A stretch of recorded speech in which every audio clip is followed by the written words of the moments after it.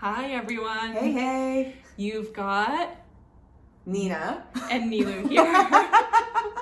And you're watching the Good People podcast today. So every 2 weeks, we dive into a topic that's related to community, to belonging, to connection. And basically our goal, just like everything that we always create, is to give you new ways to think about community in your life, to think about connection and belonging, and to actually give you some actionable tips that you can really put to use. And I want you guys to notice that this time we actually have a structure. We Yep, have a podcast, and we're telling you what we're about instead of just rambling for 2 hours. So take note. We're getting better. We're getting more powerful. And today what we wanted to talk to you about is community as always, but more specifically, what makes a community work? How did communities start? What do they look like today? What are the pros and cons of being an individual or belonging to a group? Like, what are those trade-offs that you make? Yeah. And then what can communities look like in the 21st century? Yeah, it's so funny. I feel like it's one of those things where in the past it was like you just kind of were a part of a community and those decisions were made for you. But I feel like now we're in a place where we are the ones who have to like make the decisions at every point of like, what trade-offs do I want? What do I want my communities to look like? So it's kind of like you have to actually understand things that you didn't really have to before and like make a lot of those choices for yourself. Yes. So I think the best place to start today is talking about what makes communities work. And one thing that you said that I really loved when we were just discussing this episode is, well, you can't just start with what makes communities work. You've got to start with where they came from. So I'm just going to throw you into the deep end and say, like, what do you think of when you think about how community has changed, how it started? And yeah, I'll let you take the jump in on that. You really are throwing me. Yeah. You're throwing me in the deep end. Yeah, I think one of the things I've been thinking a lot about is, you know, kind of what communities have looked like in the past and what's made them work. And I think what I'm really, really coming to is this idea that, you know, we are kind of social animals that rely on each other to survive, and like being in groups was a survival strategy for us. So what made a lot of communities work in the past was needing each other to survive. And so when you think about kind of like, even when I think about like my parents or my grandparents' generations or things like that, it's sort of like, you know, your neighbor delivered your baby, or like you needed so-and-so when you got sick to make you food, or things like that, where it was like you actually needed those relationships in your life to be able to kind of survive.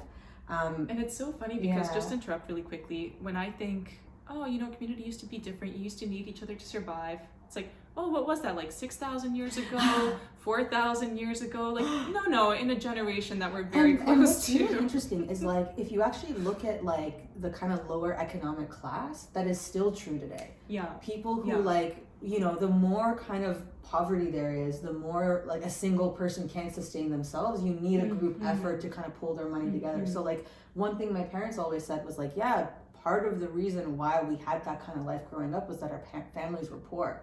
We needed the cousins to all band together so that we could pay for somebody's like broken leg or something like that, right? So to this day that still exists, but it's just a lot of us, like technology and like urbanization and all these things have just made it more convenient for more of us to be able to live alone and to sustain without needing to rely on each other to survive. So I think that's kind of, you know, if you had to really break it down into like its most kind of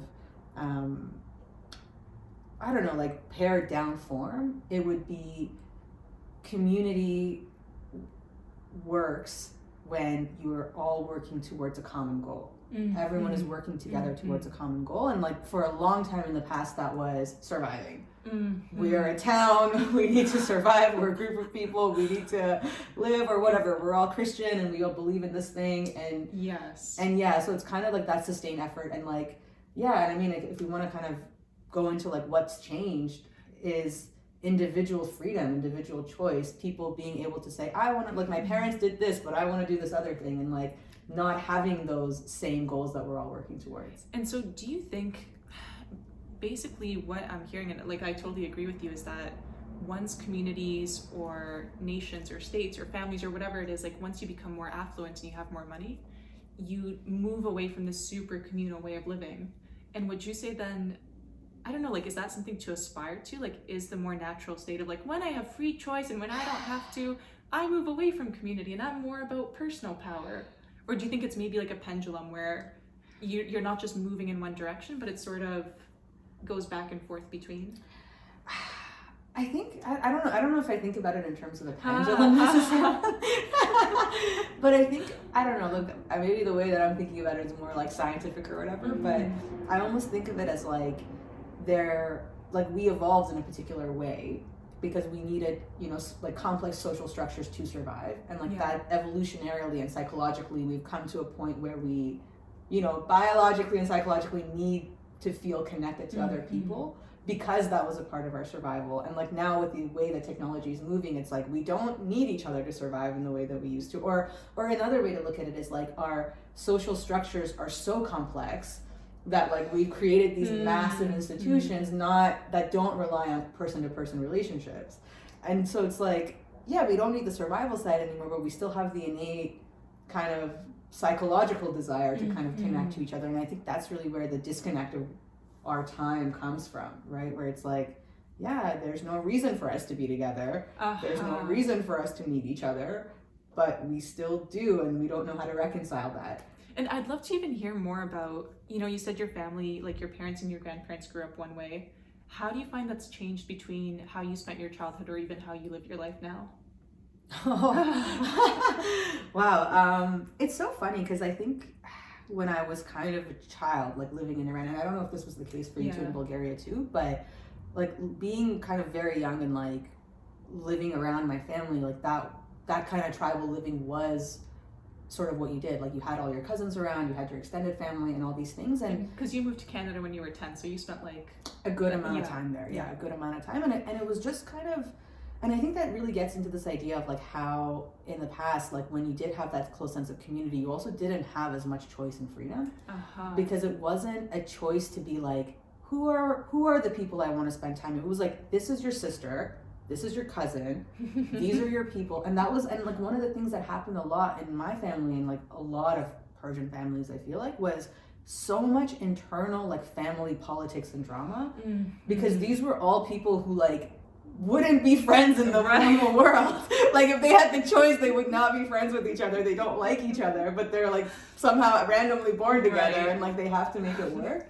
So I think there was definitely that sense of like, yeah, your cousin, of course your cousin's your best friend. Of course this, of course like, on your dad's side of the family, you have politics with those guys. So you're like, whatever, just because of what those relationships were.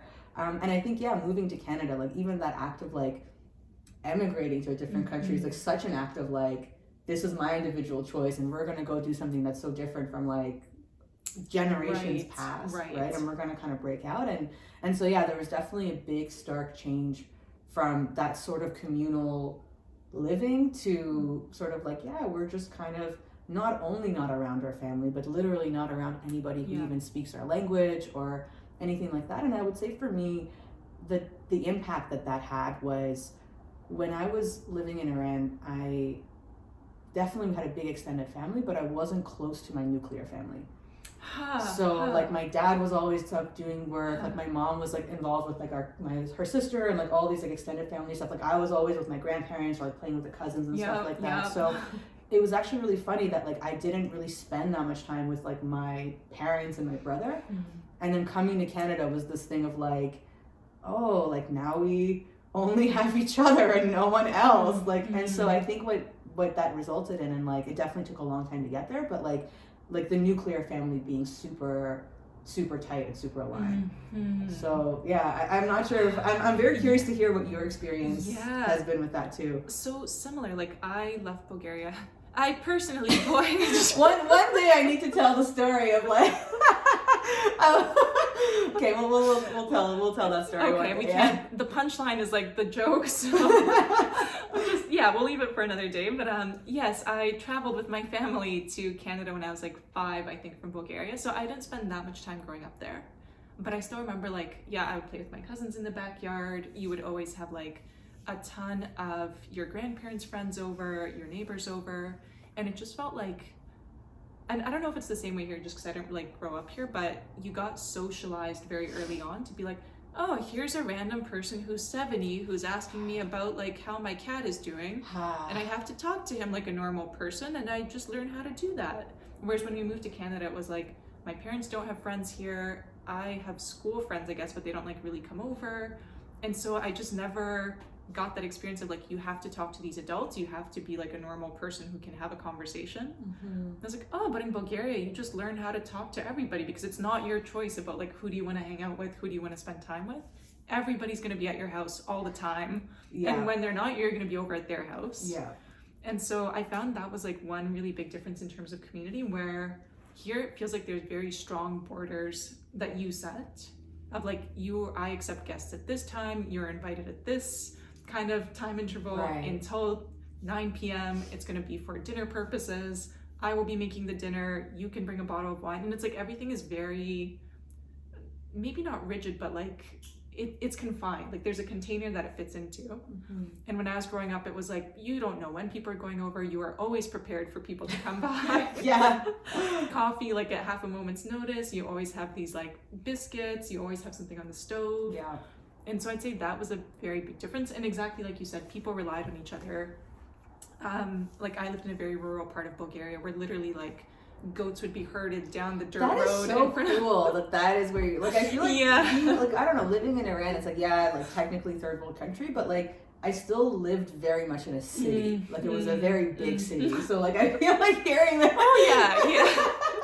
Is very, very funny. Like you could hear the goat chiming coming down the road, and it's like this whole herd of goats. And it's like, it's not just decorative animals or whatever, like you eat them, you have their milk, you have their cheese, you make yogurt, like they're very functional.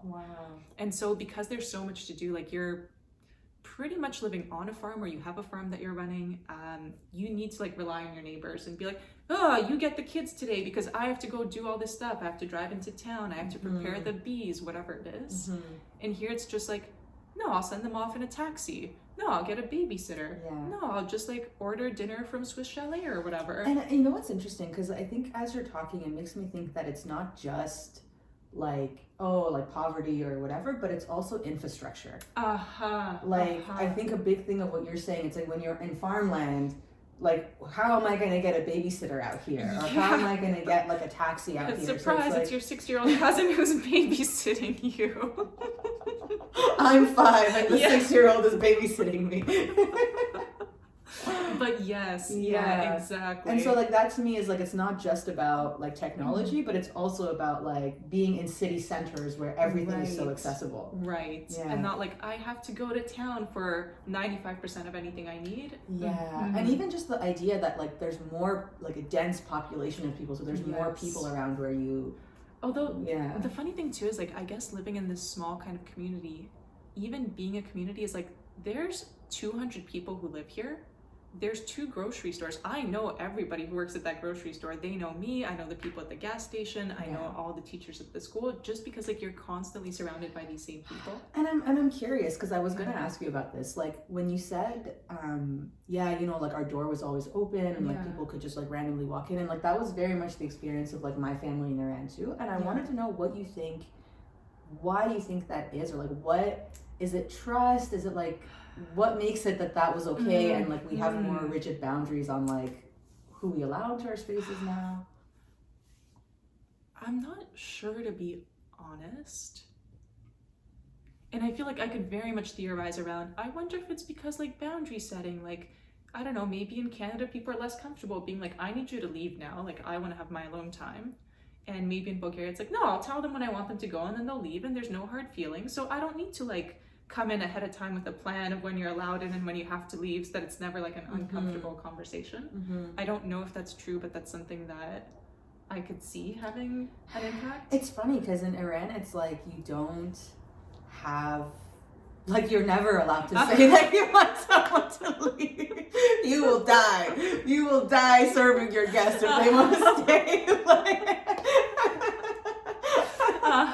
But I'm wondering if like there's something to what you're saying in the sense that when there's that sense of like a smaller, or maybe just like a smaller community or like a shared culture, you maybe you have unspoken rules, or like everyone knows like the like everyone's following the same system, whereas I feel like here it might just be like, oh, I might be somebody who feels uncomfortable like telling you to leave when you overstayed your welcome, but you're somebody who's thinking like, oh, she'll tell me, and like everyone's just operating from a different starting point, so it's kind of like you have to be much more explicit with what you allow and don't allow. Yes.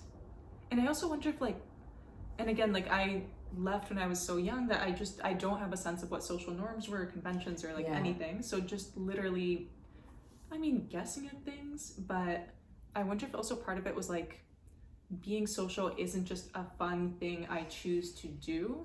It's like, this is life. We support each other. You want to drop by? Like, maybe it wouldn't have been top 5 on my list, but man, that is so true. And it makes me think like, like, yeah, the idea of like liking the people that were around you was like that was what caused the drama too. It's like, oh, my sister's a bitch and I hate her, like, but like it was like that wasn't the main reason that like you spent time with someone. Yes. Yeah. And it's not just like, oh, this is social and fun, and if I don't like you, you can get the fuck out. It's like, no, we're a community. Sometimes you need things from me, sometimes I need things from you, and part of that is just we're around each other, and it's not about just the fun part. It makes me think a lot about like how romantic relationships have changed too. Of like how in the past, like, you know, when there was that dynamic of like the man makes the money and like it's like my destiny or not destiny, like my kind of like success socially. Yes. Or like as a woman, my success is to marry well, or like that's the same as like me having a good career now. But in the past, that's what it was. Right.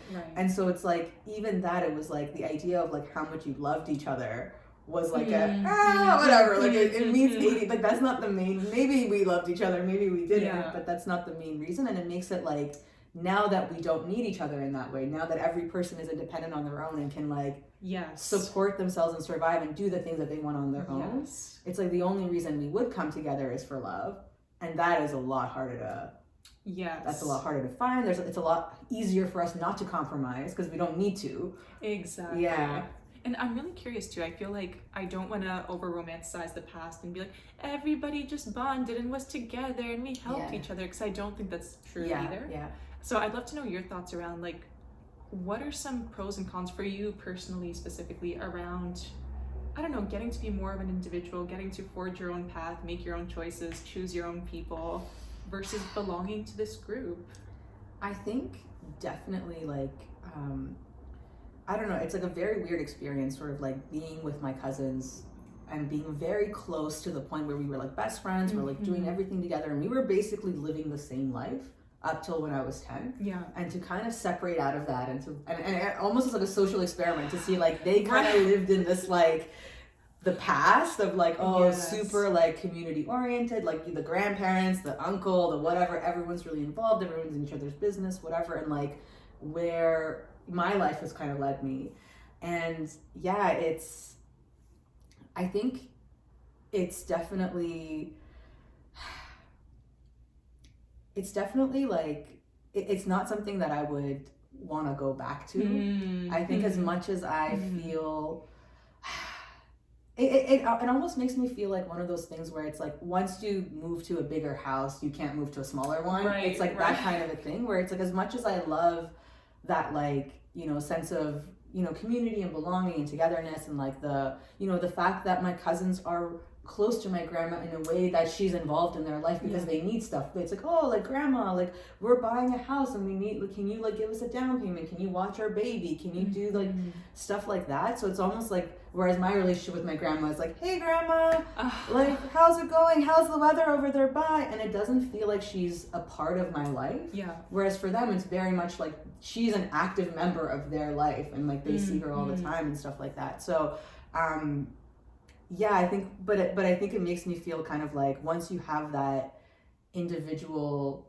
choice, the idea of having it been taken, as much as you want the connection, you want the community, whatever, it's like if they said the price was, now you have to go marry this guy that you don't actually feel, it's like, once my mind is open to what I actually want and how I want to live my life, it's very hard to kind of take that back. It's like, well, no, I want the community and all the individual stuff that I get.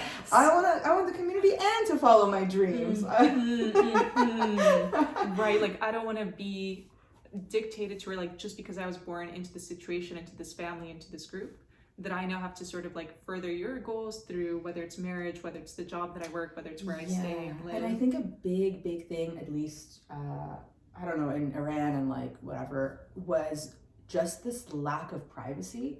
And this idea that there was so much like, oh, like, dude, like, oh, her marriage was like so and so, like, wow, what a bad thing. Oh, she did this thing, and like, and it was just like everyone's like looking at you, everyone's talking about you, and like, and it's so funny because this is a culture that even to the, like, my parents are here now, and they don't even know anybody here, but they're still living like this, which is like, I live my life to show other people that I'm doing well. Yeah. Like, I live my life so that nobody can poke holes and say, oh, she did this thing. And it's like so much like, and I think for me that's such a stifling thing to be like, you can't make mistakes, you can't, you know, go after the things that you want, because you're just thinking about like, how are other people gonna see like, oh, she made a marriage with a guy that was younger than her, oh god, like whatever, or whatever, she had a baby and she put on weight, like, oh no. And it's just this thing of like, because you're so involved in those communities and like you just have those eyes on you, it really is like quite stifling. And it's like, if you're not in that cookie cutter way of like whatever that goal, like whatever the rules of that community are, you you're pretty stifled. And it's funny, like I obviously haven't lived through it here, but from what I've seen in movies and TV shows, it seems like that's just a small town thing anyway. Like when you have a group of people who, I don't know, constantly see each other and don't have like that much outward things to do, or like need to rely on each other in that way. It seems like it sort of gets all wrapped up in these ways as well. It's so funny in Iran specifically because it's like the city that I live in, like lived in, Tehran is like the capital, and it's a pretty big and metropolitan city, but it's also kind of like a town in the sense that it's like a very like, I don't know when you say like patriarchy or matriarchy, but like family-archy, whatever that. Oh, interesting. Where it's like you're still like tribes within your family, and so even when you like meet someone, it's like, oh, this family is their family at our level. So if you fall in love with someone whose family isn't at like the level that you want, it's like, oh, like now you're social climbing down. And I don't know if it's because, I don't know, like the economy there isn't in a way where individuals can still be prosperous. So they still need to rely on the family dynamic a lot to like, I don't know, like this idea of like family status and family class and like the family unit is, and the extended family is so strong that even though it's a big city, it still feels like a bunch of tribes like all together. Not like, oh yeah, like the way Toronto is, where it's like, oh yeah, I moved out of my parents' house and like now I'm just like making my own way and making my own friends. Yes. And how would you describe like where we live now in downtown Toronto, like in a fairly bustling North American city? How would you describe your sense of community here? Like, what does that mean to you, or what does it look like in your life? I think that's a really good question. I would say for a long time, non-existent. And non-existent in the sense that I just saw my nuclear family, like my parents and my brother, and even not really my brother because he was kind of like doing his own thing with his friends and stuff like that. But like I basically saw like my family is my unit that I go to for support. Everybody else is kind of like acquaintances, and like, you know, we keep appearances up, maybe we grab coffee, maybe you're somebody that like I want to go to the club and you're somebody that I go with so I don't have to go by myself, or like I get invited to parties or whatever, but not in a way that like, oh, you are a part of my life and I rely on you for things.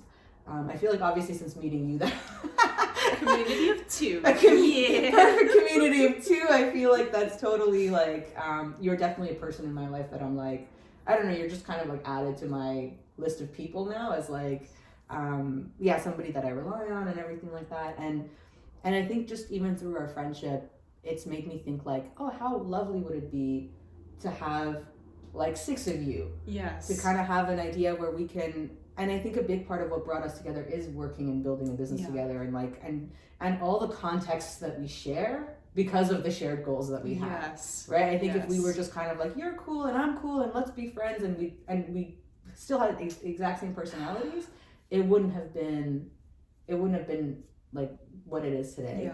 So, but I think, when I think about the future, I'm thinking about like you and me and like maybe our families and like even just like a few other people of like, like we all live in a neighborhood together, and like, you know, that like that old sense of like, I can actually rely on you to take care of like my kids if I'm going somewhere, or like, we all like do stuff to like whatever. We have those like dinner parties where the kids are running around and the adults are in the corner like making stuff and talking and like, and so there's definitely some sense of like that kind of I don't know, closeness, like, it's so funny because it's like, it's like a paradox. It's like with and without a purpose, in the sense that like right now it's sort of like relationships are without a purpose, in the sense that you're not working towards a common goal. You're just kind of like, yeah, you're somebody that I know. Okay, we went to high school together. All right, every 6 months we like grab a coffee, but there's really no engagement in each other's lives. Like, I don't really know anything about what's going on with you, neither to you to me, and like, even if we stop seeing each other, that doesn't impact my life in any kind of way, right? And then on the other hand, it's like, it is purposeful in the sense that like the only way we would ever see each other is if we plan to see each other, right? And I think for me, community is like the inverse of that, where it's like you are working towards a common goal, but you don't have to make plans to see each other because you're just around, because you're both working on the same thing, or you just like living in the same area or whatever it is, where it doesn't feel like, oh, I have to make a plan to see Nina. And so what would, I think one thing you mentioned earlier that was interesting is like, there's a lot of things I like about being an individual, and I can't go back into just belonging to this group now that I know what it's like to make my own choices and have my own goals and live my life the way that I want. But that also, it feels like there's something missing, or like there's aspects of community that you miss. And I guess if we think about, you know, the way that cities work right now, the way that countries are industrializing, et cetera, what is that mix for you of like exercising personal choice, but also having a community? Is it just like picking the people you belong to? Is it just being able to opt out of a community sometimes and coming back in? If you have any thoughts on what that looks like. I have some thoughts, but I also want to hear your, like, I feel like you have a lot of, I want to hear your thoughts on this stuff too. Yeah, I think I really still struggle between even what kind of balance I want in my community versus individual life, because like, I really mean it when I say I don't want to romanticize the idea of community. We were all like up in each other's business always 100% of the time. I love it. Yeah. And I really, really like my alone time. Like, I really love it a lot. And so for me, the idea of like, I wish people could just drop in. I don't. I really don't. Like, if you ever wanna drop in on me, don't. Just don't. Yeah. I mean, I feel like there's even that to me, right? Like, of like, oh, like, people just randomly called each other and like that. Yes. And it's like, I feel like I get so offended at an unsolicited phone call. I'm like, you didn't even check to see if I was free. You didn't even text me first. How dare you? This is sacrilegious. Exactly. But I think it's just how we've been conditioned too, right? Like, and so like, there's some things I definitely want to keep. Like, I want to respect for my time and my space and kind of how I choose to allocate those things. But at the same time, like, what I really appreciate and what I work very actively on creating in my own life is this sense of being familiar with the people who are around you, where it's not like we're best friends and if we run into each other we have to stop and talk for 2 hours, otherwise it's rude. But more like, hey, I know the guy who gets me coffee at my favorite cafe. I know his name. I know the names of his kids. We chat sometimes. But I go to that coffee shop like once a week and see him maybe. Other times it's other people. Yeah. Or when I walk, I recognize people and their dogs. I know my concierges by name. And it's like, I have a sense of this place and the people in it. I have some very close friends in my life. And that's kind of good for me. And now it's like, how do I add on top of that and make it richer? Not necessarily... And I guess when you say richer, like, what would make what you have right now richer? I think it's if we could have like 4 more of us. That's it, right? That's literally, yes. It's like if we had 4 more of us and we all lived in close proximity to each other. Yes. Yeah. Where it's like I want connections that are like, I want a very select few connections that are very deep, not necessarily hit my limit of like, you know, Dunbar's number of whatever, 150 people, and they're all like super close, super intimate, like this kind of friends. Like, no, I'd really like some people who are just the kind of people you're like, oh, hey, nice to see you. And I wonder if this is how you feel too. For me, that is meaningful in the context of 4 of us that we are a group. Yes. Like, I feel like if I had 4 of you that were other individual friends, that is not interesting to me. Where it's like, to me, somehow the concept of like us being a group and like, and I don't really know what it is about that, but that group dynamic feels much more like, oh, we can all like sit and do stuff together. We can go to places. We can have dinners. We can, you know, rely on each other for different things. Whereas, I think that's been a challenge for me in my life for a long time too, where you just have a lot of single friends that don't mingle with each Yes. other, and so you're like, yeah, I do a lot of one-on-one time with all of you, but it doesn't Exactly. really feel fulfilling to me. Exactly. Yeah. And yeah, would you have any, I guess, closing thoughts about community, what it means to you, what you'd like it to look like, or anything we want to leave people with? I guess we touched a little bit on trade-offs of like community versus kind of individualism and like individual choice and all that kind of stuff. Like, and I'd love to know for you as you think about, I don't know, how communities in the 21st century will look like, or what are some ways that have been on your mind about creating communities that go beyond just like, oh yeah, we're all in a Discord group, or because I think that's really a problem of the time where it's like, yeah, we've got community, but you're still not creating those deep relationships where you feel safe and comfortable enough to be able to rely on each other or to be included in each other's lives in a meaningful way. I think that's a really, really good question. And I think that's what's even exciting to me about our work and what we're doing is trying to find those answers where, even a few months ago when we started Good People, our goal was to build a community for everybody to be a part of who was like ambitious and thoughtful and creative and wanted to find similar people, who cared about the same things. I thought that would be the answer. Like, oh, it's just, I know all these people, if they just knew each other, that would be... And then we did it, and it's like, yes, we have great people in there, but without a common goal, like, how can we create this common sense? I think that's been really cool to see, like, literally our own experience of trying to build community has taught us what community is. Yes. I think going into it, I was like, community is people who are like-minded, and they like each other, and they come together, and that's it. And now it's like, what? Yeah, you could literally put the best people together, but what is that secret ingredient that makes them stick, right? Yes, exactly. And I think it's something that a lot more people are thinking about, and you can see it in company like buzzwords and in brands who are building communities. And I mean, not to say that everybody's doing a bad job. I think we're all trying to figure it out where there is no answer of this is a successful community, this is how you do it, this is how it benefits all the people. Like, I think different groups, different goals, different demographics, like, all benefit from kind of a different version of it. And it's just like, what version works for you? And I still don't know that answer yet. Yeah, and I feel like there was something, I remember Willa, we were talking to her a few weeks ago, and she's like a community leader at Public. She's really wonderful. Yeah. And she basically had a definition that really just like resonated and hit home for me. And she said, community is something you have a reason to go back to.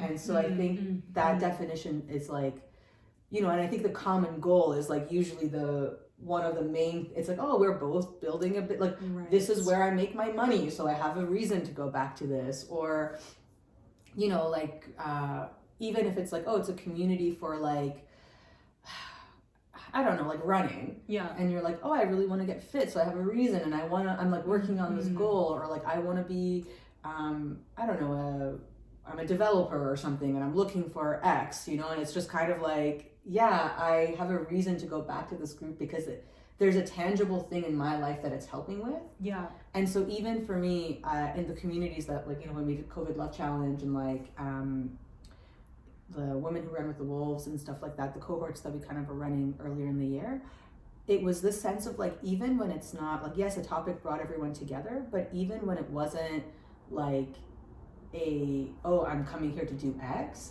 there was some sense of like social relationships that I came back for. Right. It was like, oh, I really like that guy. He's kind of cute. I'm going to keep coming back to this group because I want to see what happens. And it's like, there's some sense of personal investment that you're like, I'm getting something out of this. But if you're just bringing like 10 great people together, but they all don't have that like investment in that, it's just kind of like, why are we here? There's really nothing to say. There's nowhere to like break the barrier on this relationship.